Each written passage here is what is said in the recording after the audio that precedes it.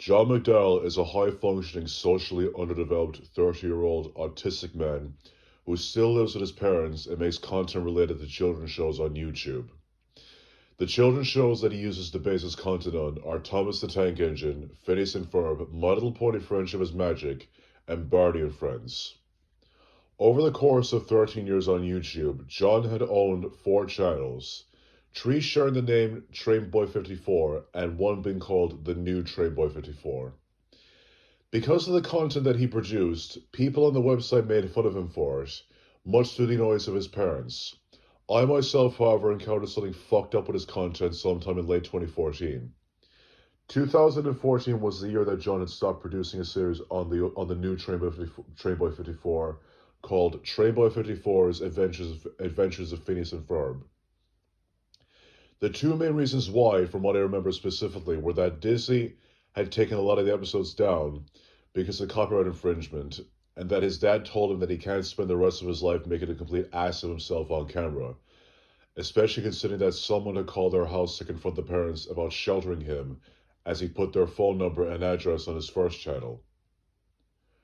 When I got incredibly high on November 30th, 2014, I had decided to look up his name on YouTube for whatever reason, and I stumbled across a YouTube channel that was called The Old Trainboy54.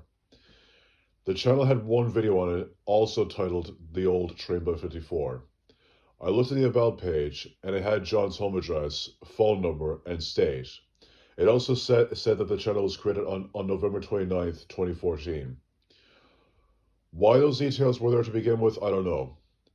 But I decided to click on the only video on the channel because curiosity will kill the cat eventually anyway. The video started off like any creepypasta would. It started off with the channel introduction being played in reverse and in black and white, and the audio was lowered down to the point of it sounding choppy.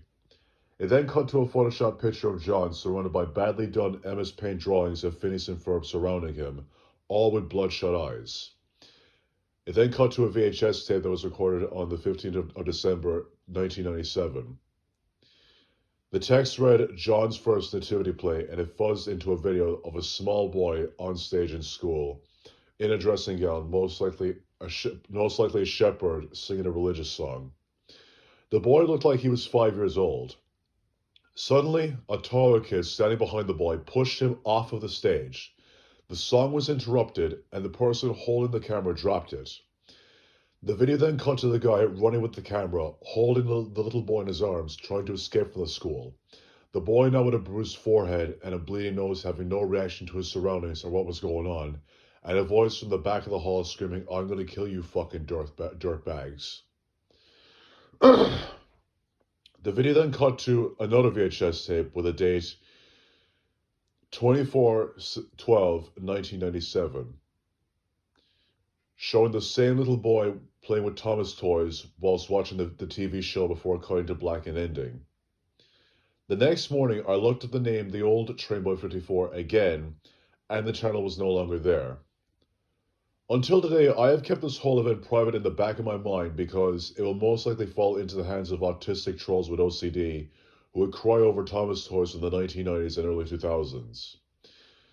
There really wasn't much I could take away from the video itself, other than whoever posted it was probably a member of John's family, who was depressed and decided to have some fun. From my speculation of the video itself, that single event with John being pushed off the stage and having no reaction to it whatsoever was probably the main staple of his life that had started his development in special education, leading to his life being somewhat hindered by his parents considering his mannerisms and social status. John still makes YouTube videos where he remakes old episodes of Thomas with his own twist. He also showcases his custom trains that he's made over the 13 years that he's been on YouTube. I don't think that much can be said about him nowadays. If he has a job and he's making money for himself and his family, then good for him. But what I can say about him, though, is that people on the internet will either most likely continue to laugh at him for inserting himself into children's cartoons, or they will continue getting pissed off over the fact that someone like him even exists. Either because they think him being high-functioning and jumping up and down in front of the camera is sad, or that they feel cheated by society. To say John is an example of bad parenting would be a stretch because his entire life wasn't recorded and documented like Chris Shine's was. All that has been recorded is him pretending to be in cartoons, recreating Thomas episodes and showcasing his custom trains. And it will most likely stay that way for a very long time. And the thing that probably created that safe space for him was an experience with bullying.